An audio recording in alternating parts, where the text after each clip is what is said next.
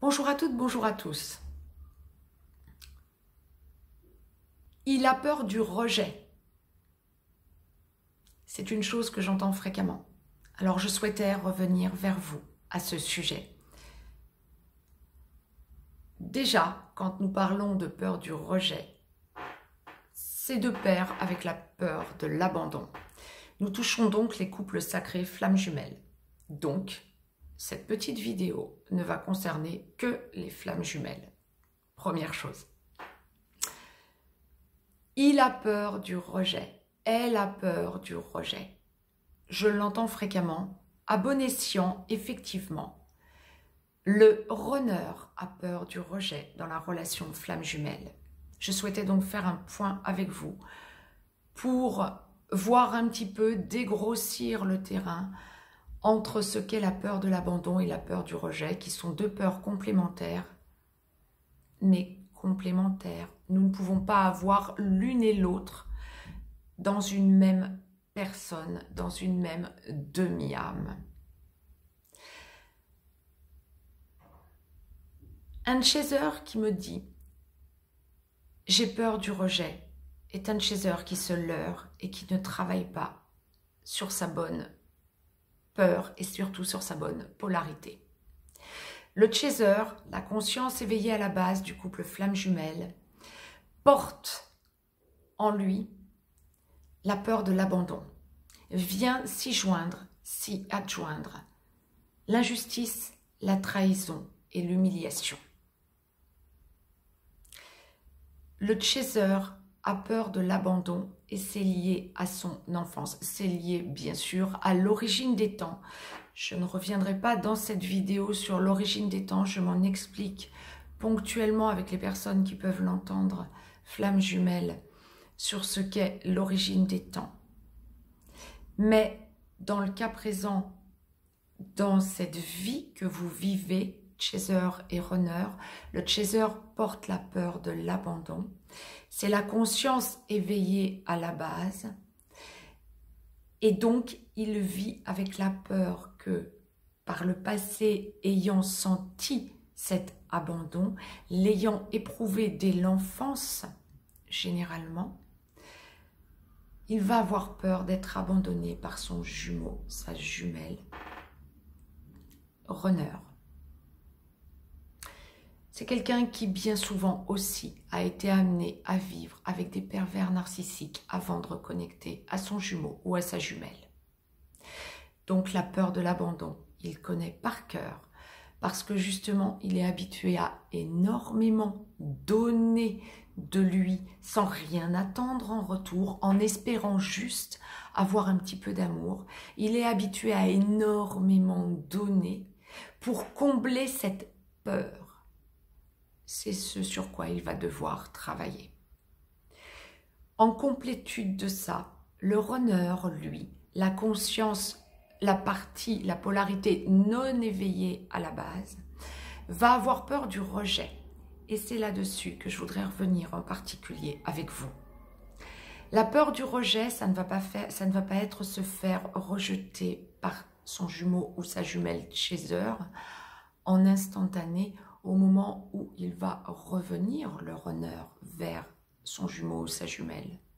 Ça va être la persuasion du runner parce que, ayant été trahi, dans l'immense majorité des cas, le runner a été trahi antérieurement à la reconnexion à son jumeau ou à sa jumelle, trahi par un homme, une femme, avec qui il vivait, à qui il avait accordé son amour, envers qui il avait lâché sa confiance, il faisait confiance, il a été trahi, trompé,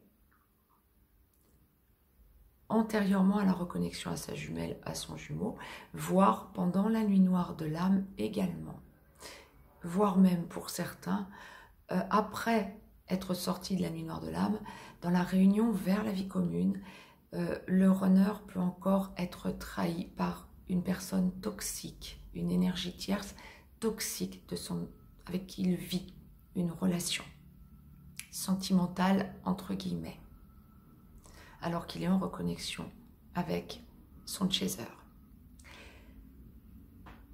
Ça n'est pas exactement ça la peur du rejet, même si elle est véhiculée par ce précepte de passé douloureux, passé sentimental douloureux. Ça n'est pas exactement ça la peur du rejet du runner. Le runner a peur de se faire rejeter par son chaser une fois qu'il aurait enclenché vie commune avec son autre, son chaser, où il aurait baissé sa garde, fait confiance, engagé ses sentiments à nouveau, mais cette fois-ci à la puissance 100 000 parce que le runner éprouve d'énormes sentiments pour son chaser, bien évidemment. L'inverse est vrai aussi, bien sûr, le chaser sait que c'est son autre, donc en est éperdument amoureux, bien sûr, mais le runner amoureux de son chaser a peur que son chaser le trahisse également parce qu'il s'infériorise. Et dans cette infériorisation de sa part, il sait que si son chaser le trompe, le quitte ultérieurement, quand il aura mis sa confiance dans la relation et qu'ils seront dans la vie commune, si son chaser le quittait comme on lui a déjà fait antérieurement, comme il l'a déjà subi, il ne s'en remettrait pas. Donc c'est son instinct de survie qui le fait avoir peur du rejet. Et ça va être le gros travail du runner. Faire confiance dans l'avenir avec son chaser. Le but étant pour le runner de passer de cette peur du rejet à la certitude qu'il ne se fera pas rejeter, parce que le plus important, c'est de finaliser cet engagement à son chaser, parce qu'il a peur de perdre son chaser. Autrement dit, à un moment donné, ce qui était le plus important pour le runner, la peur de se faire rejeter, à terme, une fois la vie commune enclenchée, va passer en second, parce qu'il aura travaillé cette peur, et deviendra le plus important pour lui en premier, vivre avec son autre, son chaser qui devient à ce moment-là son ex-chaser, lui ex-runner,